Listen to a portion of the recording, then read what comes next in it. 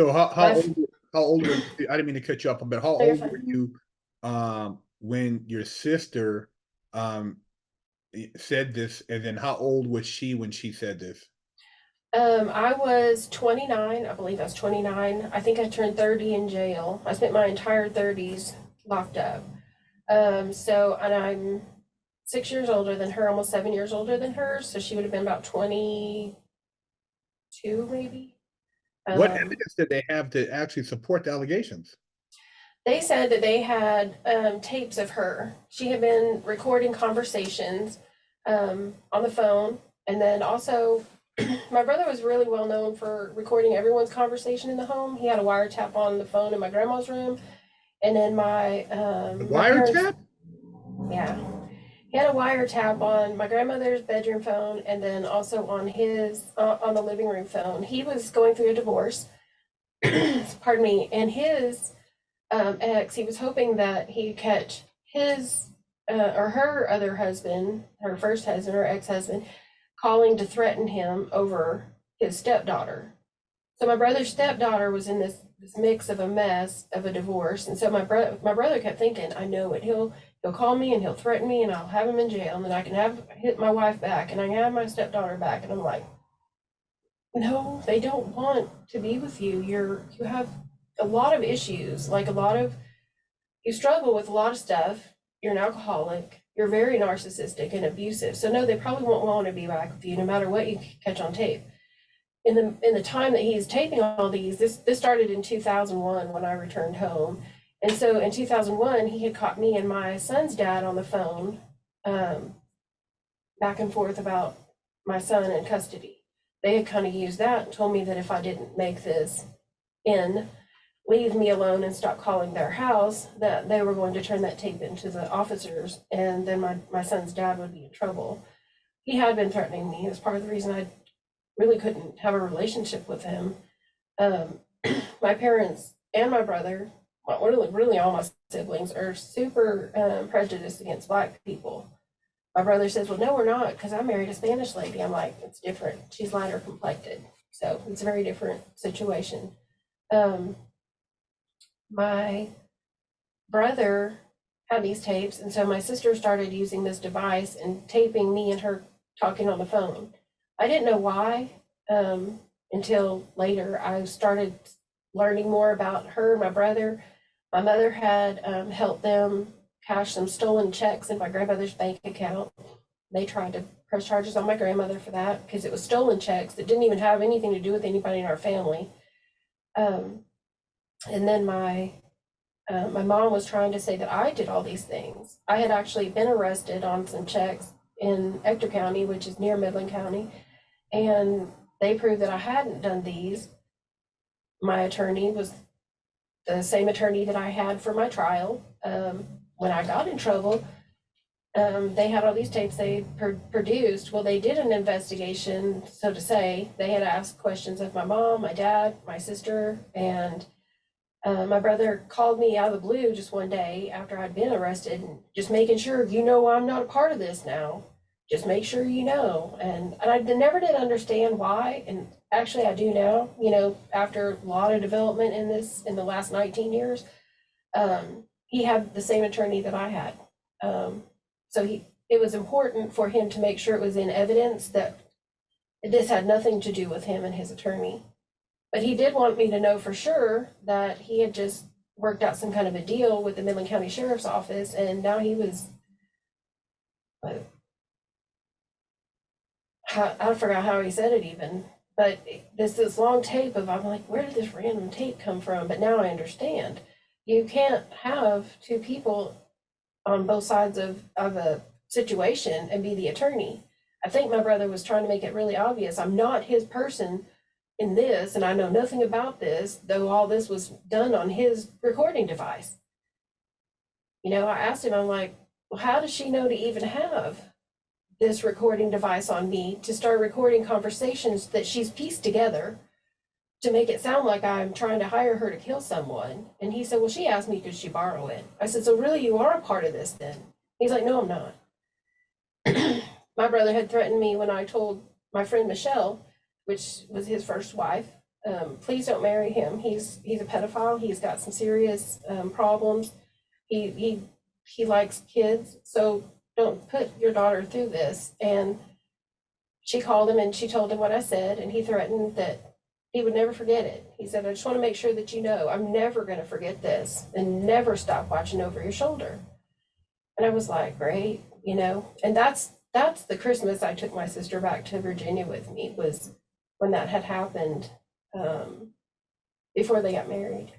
They were only married a couple of years. My church actually had to go and help her escape my brother. They've kept that secret, of course, with her privacy and everything. I'm probably doing her inventory by sharing this, but it has a great reason as to why my brother would want this to happen to me, why he would have enlisted my sister as another one of his rape victims, which really he's got me and my sister against each other. That Sergeant Weatherby had asked her, "How do you know to call me? How did you know to get in contact with me?" And she said, "Well, my brother gave me your card. He told me to call you." So he puts himself right in the middle of this whole thing as the pinpoint of where this happened from. So I was given an attorney, a court-appointed attorney. And when I met him, I liked him. I was like, yay, but this is not who I think needs to have my case, because this other attorney is familiar with my family. He's familiar with the way that things have been in the past, family feuds, which he quoted in the newspaper, but he knew there was sexual abuse in this situation and abuse of children. So I really felt like he was the person that would have been able to help me with this, because I didn't have to go into the whole background of everything. He already knew. Never said anything to anybody, never turned anyone in, but he knew. so did all this come out in trial? I mean, I imagine you took this to trial. I mean, your brother with the sexual abuse, your sister with the mental illness. I mean, did all this come about? I mean, the jury heard all this. I mean, what were your actual charges, and like what actually transpired during the court proceedings? Actual charges to begin with was solicitation to commit capital murder. They proved that I didn't ever go to my sister, so they had to change my charges from solicitation to commit capital murder to conspiracy to commit capital murder. Because I said, yeah, I had this conversation with my sister. I sat down with her in my living room. She says she's got a gun and that it belongs to our brother. She's going to shoot someone and he's going to get what he deserves. So yeah, I had a conversation with the sister that I've helped in a suicide attempt through mental health facility and all this stuff. So yeah, I did sit down with her, and they said, "Well, you're not a psychiatrist." And I said, "Oh, she's my baby sister, and I've been there for her when no one else was." Tried to help her. That was not allowed to come out in the trial. All the tapes that they said that they had to use against me were not brought out in the trial. Facts in my case were not brought out in the trial. This tape that had my brother and me talking was not allowed in the trial. They said that it was an order of limine, which anything that made the state's witnesses look bad to the jury, that it was gagged. So that meant all the tapes except for one where I was talking to my sister. And authorities had given her the gun, told her to come to my house, and told her, whatever you have to do or say to get her to talk to you on the tape, just get her on the tape. One of the investigators actually said, yeah, we did tell her that. And they said, even if she has to lie, and they said we needed to hear her on the tape. So they were told my sister to come to my house, lie to me, with me and my son, and no matter what it took, get me just talking on this tape. What I talked about was things she had just told me she wanted to do to this girl, who was one of my boyfriend's other girlfriends. They said that I was mad at him and her because she's the new girlfriend, when I'm actually the new girlfriend, that's his common law wife. Well, he's married to someone else. I was in a mess of stuff. I had called a few times to ask her, like, what's really going on? Are y'all really together? Do you really live together? Or is he really leaving you? Like, I'm just trying to find out. I've got a kid involved, and they made it sound like there's a tape of her and the officers talking. They made it sound to her like I'd been stalking her. Told them that I knew the route she lived, where she lived, how to get there, that I'd been to her house, like scoping out her house and stuff. And I'm like, no, me and his mom were friends, and we all went over there because some of the family that he had wanted to go and see him. Didn't want to see her, but wanted to see him. And so it it just it's like a tangle of he said, she said stuff everywhere. But if they would have played these tapes, all of them in their entirety, then everybody would have been saying, "No, this is a whole big old mess," you know. But because of that order of limine, it protected everybody. The fact that I had issues with every person that was on the stand against me, but we couldn't bring up anything that made them look negative. Not their arrest record, their probation. Some of them were on rehab, but one of them was in. Like, we couldn't bring up anything. It just had to make me look like this really horrible person. My attorney had said, "You've got to make them believe that you're this good Christian girl that is obsessed with this man, that you love him so much that you were trying to protect him." I'm like, it's all a lie. That's all a lie. None of that is even true. There's all these men that I put in. I was a hoe, and I can say that because I'm just real about it. That I put all these names and all these addresses, times, dates, even where they could find pictures of these other men that I was involved with. That is in my statement. That wasn't produced in to the jury either. They did not tell a full story. They only wanted to just put into that courtroom what they wanted in there. Even in my pretrial hearings, things that had been talked about, the jury had no clue. They did not know what really happened to me and how we were sitting in a room with them sitting there determining what happens to me and my son. He's dead now. I believe that people should know what really happened. My parents have chosen to die. My son chose to die. I don't believe those truths, but that's what's on death certificates. So that's why I've pursued how this happened to me, because this is how my son died. I have no other children to have. I lost children in this process.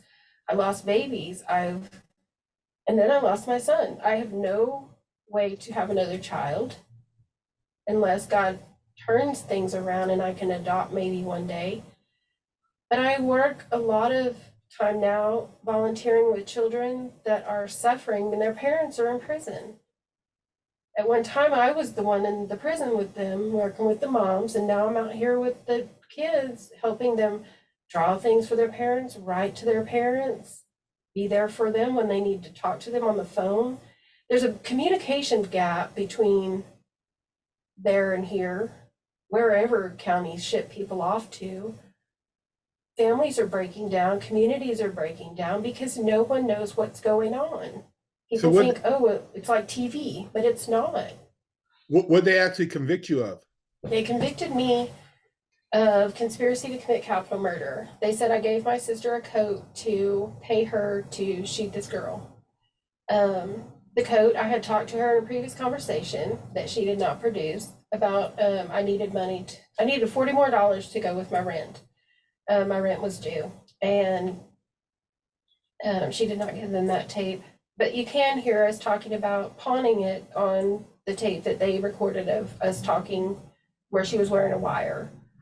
I told her, I said, I don't know what you're doing, but I don't want anyone hurt. I just kept thinking, this is the stupidest stuff. She keeps bringing back up things that she was saying to me yesterday or the day before. Like, none of it made sense until it made sense.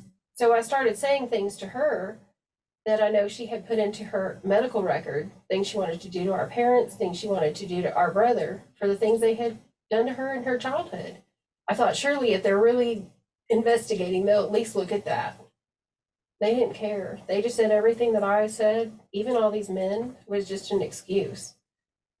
So how much there was women on that list too. My parents, that was very hard for me to produce, to give to them, because I feel like I kind of like came out in an investigation. It was very degrading. The whole process was. They threatened me with my child, not ever touching him again. One of them said he hoped I burned in hell. Just Who said that? One of the sergeants that was investigating. It was So, very important to me when my son died that they let me at least touch my son. They didn't want to. When did your son pass away? My son passed away October 4th of 2021. He was found shot in his home. Were you still in prison, or when did you get out of prison? I got out of prison on April 25th of 2014. In 2014. So how much time did they give you um for that conviction? They gave me a 15-year sentence and a $10,000 fine deferred. Excuse me. So how much time did you do off the 15-year sentence? I did just short of 10 years, and then the rest of it I did on parole in Austin. So you got out in 2014. At the time you got out, where was your son, or how old was your son at the time you got out? My son was 14. Well, he was getting ready to be 14 in November. And my best friend got an attorney to get me out of prison early and took my paperwork into the Board of Pardons and Paroles and said, this is the reality of what really happened to her. 2 weeks later, I was out here in the free world, just kicked out, really. It kicked me out into the Austin Transition Center in Austin. I was trying to reconnect with my son, and I asked them if there was something back here in Midland so that I could get back here so I could be his mother, and they said, no, there's not anything like that. We don't have anything in Midland for, people like you to reconnect with their kids. You have to have your child back. And my mother had told my son that the only reason I wanted him back in my life was so that I would have a roof over my head. So my son told me that he couldn't connect with me back then. He said that he didn't want to upset his granny. He was upsetting his granny and his papa, and he didn't want them to be mad at him. So to please not call him anymore and not send him any more mail because it was getting him hurt. So I did stop. I kept trying to get the judge to understand, you've got a situation, we have a situation of a minor, a child that's in trouble, and they told me that I needed to stop trying to connect with the judge because it was inappropriate. And I'm like, well, who do you tell? The sheriff and the people here in town, I'm afraid of them, so who do you tell? So whose custody was he in while you were in prison? My parents, they sued me for custody. I wanted my son to be with my aunt, which is my mom's sister, and they were willing to get whatever they needed to get to be his foster parents. And my parents raked my aunt, my uncle, and my cousins through the dirt in that custody hearing. So the judge gave the custody to my parents. He gave them managing conservatorship. They didn't have full custody because I fought for my rights, and I fought really for my son's dad's rights because he had no clue what we were all going through. He had wrote a letter to the judge saying, give Kevin to my parents. And I'm like, you're in prison. You don't know what's going on out here. So no, do not give Kevin to my parents. So the father was in prison, and you said the father was black and the kid was mixed, but the parents didn't like your son because he was mixed. They didn't like black people at all. It's very obvious in the investigation. My dad kept calling the men around me, those people, black men, black people. She even had a baby by one of them. Like, it's just real creepy. I had boyfriends in the past tell me your family's really racist, and I was like, but they like everybody, and they're like, no, they don't. I just really didn't understand how bad it was until I brought my son home, and my son's hair was the wrong way. Putting grease in his hair was wrong.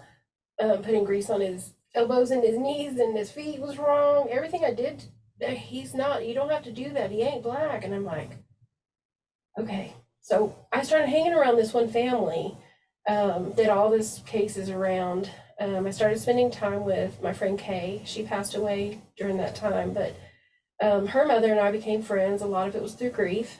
And I would spend a lot of time there, sometimes days at a time.